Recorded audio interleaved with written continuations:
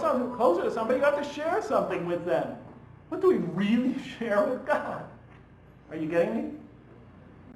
Far removed from suffering in the next life will be the righteous who give their wealth so that they may grow. What are we supposed to grow toward?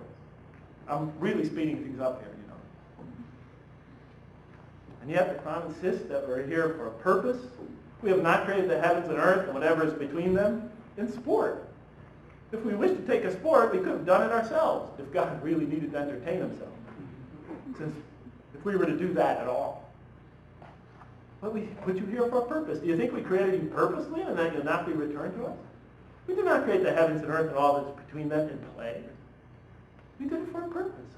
Just tell me what it is. Just write it down like a theorem, I thought, you know? Like a thesis, you know? Okay, maybe nobody else will read it because it'll be so terribly boring.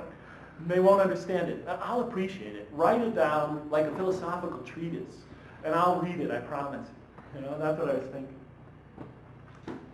But the Quran, you know, just wants you to discover these things within yourself, because everybody has a different question. Everybody has different issues.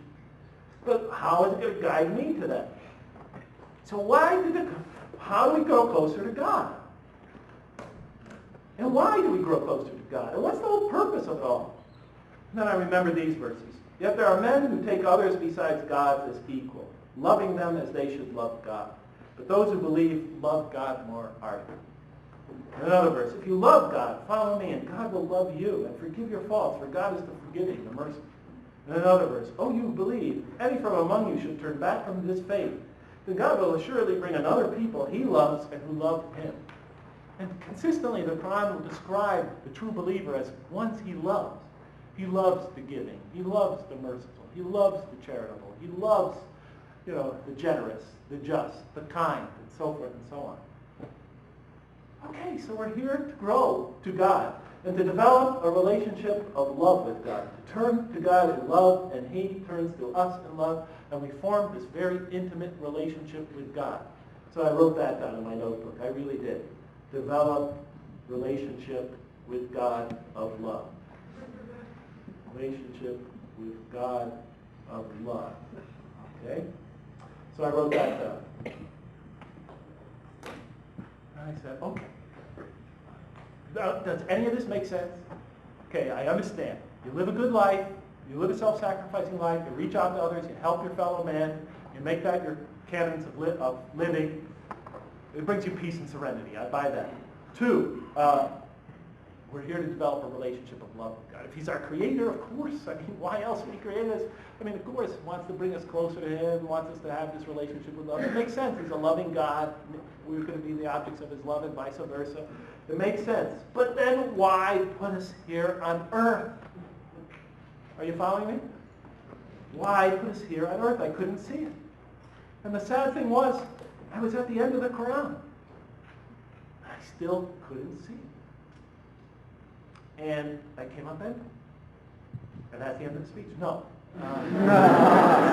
It's almost the end of the speech. Several people just walked out. But it's not quite the end of the speech, but it's almost the end of the speech. Because then it came upon me very quickly. But, you know, I was sitting there in Diamond Heights one day thinking, you know, I had finished the Quran. I couldn't find it, the answer. And I thought that the author made a brilliant attempt. He kept me glued to the Quran, the entire scripture. I finished it in about 2 months. I used to read it while walking up and down the hills of Diamond Heights. My friends that would see me thought I was nuts. Jeff, what are you doing? I'm reading. While walking? Yes. What are you reading? The Quran. Are you nuts? Well, in any case. But still, I came up empty. And that was a hollow victory, I'll be honest. I had no sense of satisfaction, even though I was an atheist. Because honestly, to be honest with you, this is not an argument or anything, but there were moments when I was reading the Quran, I was so sure that that voice reaching out to me was God. I felt like it had awakened a spirituality in me that I had long denied. I felt a connection to that voice. It was as if I was a child, a newborn child, and I was hearing my mother's voice, the voice I always knew when I was in the womb. And there were times that was so powerful it brought tears to my eyes. I remember crying one time when I read Surah Al-Duha. I cried for a good 15, 20 minutes after reading that passage, that surah. And I had spiritual moments when I felt, and this sounds strange, but I felt like I was in the presence of this most merciful, compassionate embrace.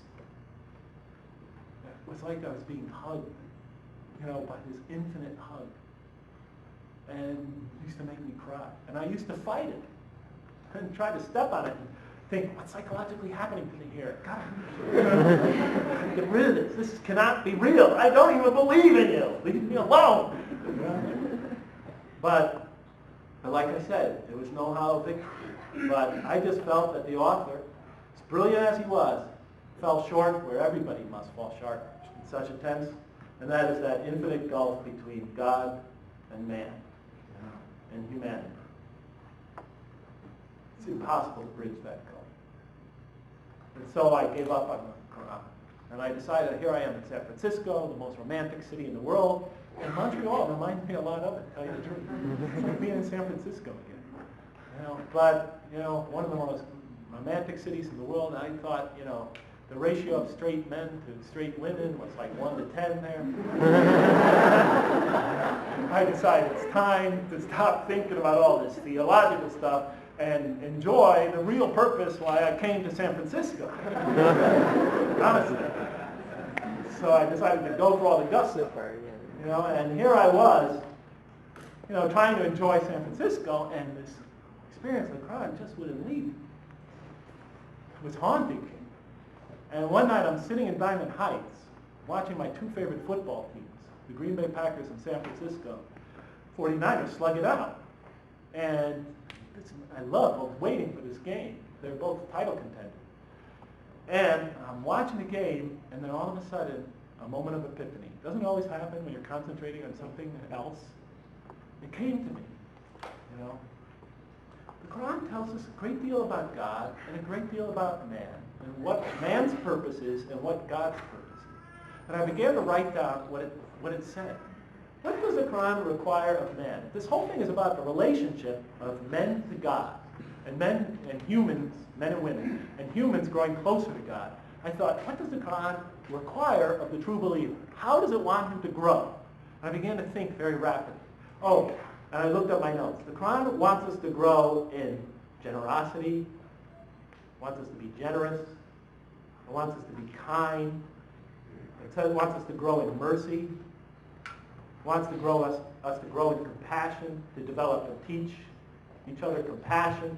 It wants us to be just. It wants us to be truthful.